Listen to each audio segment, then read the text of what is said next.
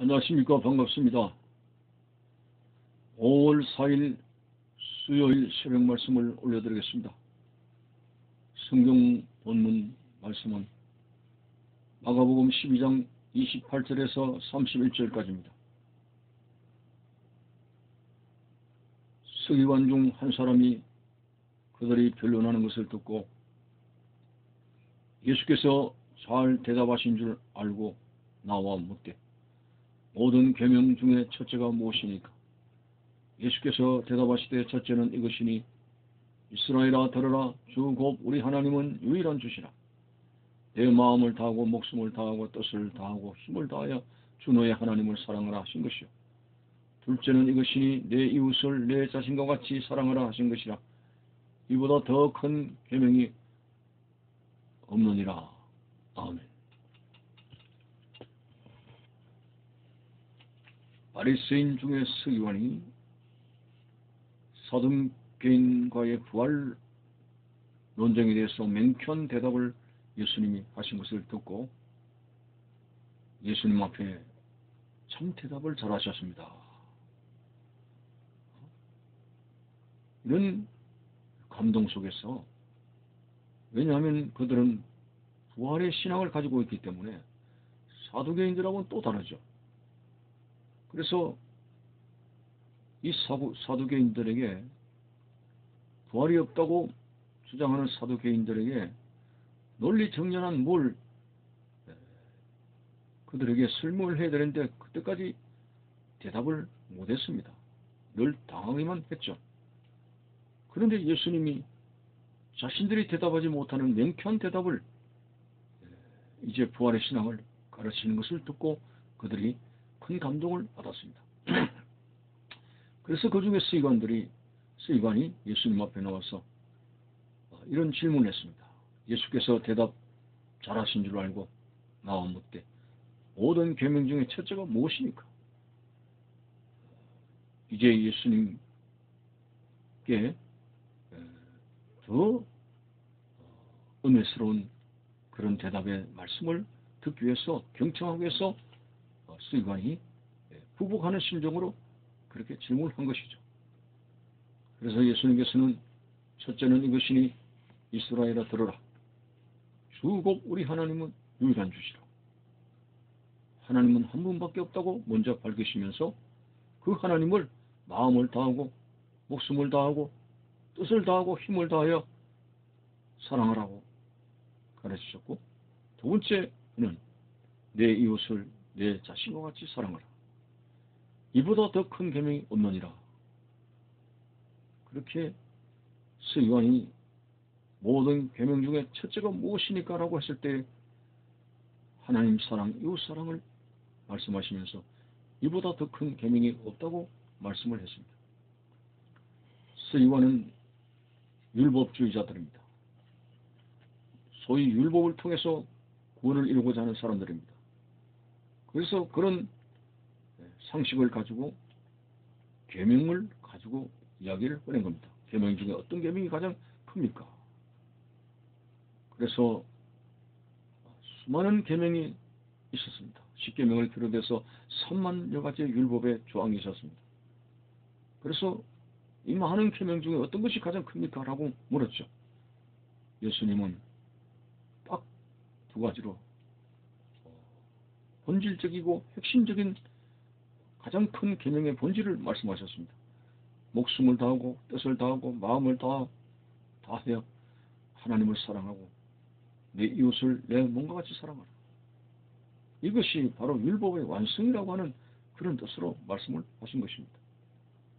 그것은 바꾸어 말하면 율법은 겉으로 보기에는 죄에 대해서 민감하고 돌로 치라, 여차하면 돌로 치라, 죽이라, 이런 어떤 심판에 대한 근엄한 말씀처럼 보이지만은 율법의 본질은 예수님께서 말씀하신 대로 사랑입니다. 그 구약시대 사람들은 이 율법의 양면성을 깨닫지를 못한 것이죠. 어떤 면에서는 죄에 대해서 심판하시는 그런 무서운 율법으로서만 봤지 율법의 본질적인 차원에서의 하나님의 사랑을 그들이 알지를 못한 것입니다. 결국 율법이 이것을 하라 하지 말라고 하는 것은 그들을 하나님께서 사랑하시고 살리기 위해서 죄에 접근하지 말라고 하는 그런 본질이 있는 것입니다.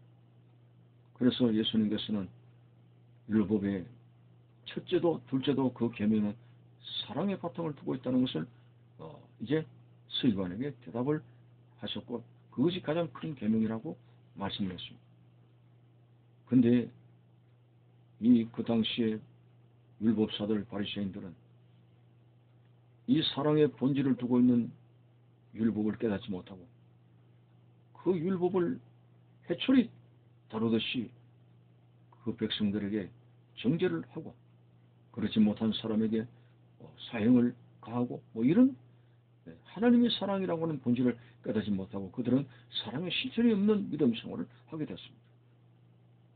자, 우리가 알다시피 착한 사마리아의 비유에서 여리고 성에서 강도맞는 사람 말씀을 하지 않았습니까? 그때 지나간 그 승직자도 그냥 지나갔습니다. 소위 바리새인이고 서기관이고 율법사이고 하는 자들이 율법은 근엄하고 심판한다는 한 면을 가지고 그들은 회초리로 사용해서 많은 백성들을 때렸습니다만 그들은 율법의 본질에 들어있는 사랑을 모르고 사랑의 실천도 없이 사람들을 정죄하고 죄인이라고 분류하며 율법의 잣대를 가지고 죽이기만 했던 것입니다. 오늘 예수님께서 맹쾌하게 대답을 하셨습니다.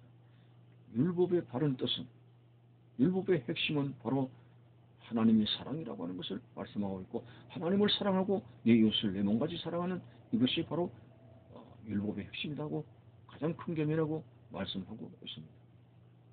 자, 그래서 사도 요한은 오늘 신약적으로 이 해석을 하게 될 때 사랑을 하지 않는 자는 하나님을 아직까지도 모르는 자이다. 우리가 부전자전이라는 말을 사용하죠. 아들이 아버지를 닮았구나. 예수 그리스도의 십자가를 통해서 우리가 하나님의 자녀가 되었다면 하나님을 아버지로 모시고 살아간다면 적어도 하나님의 말씀을 지키고 말씀을 순종하는 하나님의 자녀된 자로서 그 계명을 지키고 말씀을 지킬 때 깨닫는 것이 뭡니까? 하나님의 사랑이라고 하는 사실을 깨닫고 우리들도 그 하나님을 닮아가면서 사랑하면서 살아가는 존재라고 하는 것이 바로 성도다. 그래서 사랑을 모르는 자는 아직까지도 말은 주여 주여 하면서도 그는 하나님을 모르는 자다라고 하는 것입니다. 그렇습니다. 오늘 우리가 신앙생활을 하면서 우리가 너무 이기적일 때가 많습니다. 기도를 하는 가운데도 전부 내가 복을 받아야 되겠다는 그런 기도밖에 없습니다. 복을 받아도 내가 받고 은사를 받아도 내가 받고 모든 응답을 받아도 내가 받고 내가라고 하는 너무나 이기적인 태도에 갇혀 있습니다. 나의 기도 속에는 이웃이 보이지 않습니다. 이렇게 사랑이 없는 모습으로 우리는 이기적인 그런 것을 가지고 신앙생활을 하고 있다는 것이 이게 바른 신앙생활일까요? 예수님께서 이런 극단적인 말씀까지 하셨습니다. 마지막 때에 세상을 심판하게 될 때 양과 염소로 분류하겠다. 자, 오른편에 있는 양들에게 예수님께서 말씀했습니다. 내가 땅에서 굶주릴 때 먹을 것을 주었고 옥에 갇혔을 때 돌아봤고 병들었을 때 너희들이 돌아봤고 헐벗었을 때 너희가 옷을 주었다라는 그런 말씀을 하셨습니다. 오른편에 있는 양들이 아니 주님께서 언제 배가 고프셨고 옥에 갇히셨고 헐벗었었고 병들었습니까? 그때 예수님 말씀이 너희들이 땅에서 가난하고 헐벗고 병들고 옥에 갇힌 자들을 돌아본 것이 바로 나에게 한 것이라고 했습니다. 그건 뭡니까? 사랑의 실천입니다. 이 사랑의 실천. 그러나 왼편에 있는 사람들은 예수님을 믿는다고 교회는 나간다고 하지만 너무나 이기적인 것이죠. 이웃이 보이지 않았습니다. 모든 복의 관점은 자기 중심이었습니다. 헐벗고 굶주리고 병들고 옥에 갇힌 자를 전혀 돌아보지 않았습니다. 그래서 예수님께서 그들을 저주하시면서 바깥 어두운 데로 내쫓았죠. 여러분, 야고보 선생이 뭐라고 했습니까? 말만 가지고 배부르게 하라, 더욱게 하라. 그것이 무슨 믿음이냐? 더욱게 하라 하면은 따뜻한 옷을 주든지 먹을 것을 주든지 실천적인 사랑의 실천적인 이런 모습, 이게 바로 바른 신앙이라고 하는 것이죠. 그렇습니다. 우리 성도들의 바른 신앙은 하나님이 사랑이시기 때문에 사랑의 본질을 닮아가야 하는, 사랑의 향기를 나타내고 사랑의 실천을 해야 되는 성도의 본분이 있다는 사실을 명심해야 됩니다. 율법의 가장 큰 핵심은 사랑입니다. 바리새인과 율법사들은 이 율법의 양면성을 알지 못하고 하지 말라 하라는 정죄의 해초리만 가지고 사람을 때리기만 했지, 그들을 용서하고 덮어주고 가난한 자를 돌아보고 죄인들을 돌아보는 사랑은 그들은 무시했습니다. 그들은 참으로 하나님의 자녀가 아닌 것입니다. 오늘날도 우리는 하나님을 믿노라 하면서 우리의 주위에 헐벗고 굶주리고 고통받는 이웃이 보이지 않는다면 아직까지도 우리는 하나님을 모르는 이기적인 사람이 되는 것입니다. 정말 하나님을 바르게 신앙할 수 있는, 사랑의 핵심을 가지고 실천할 수 있는 믿음의 사람이 되시기를 바라는 것입니다. 감사합니다.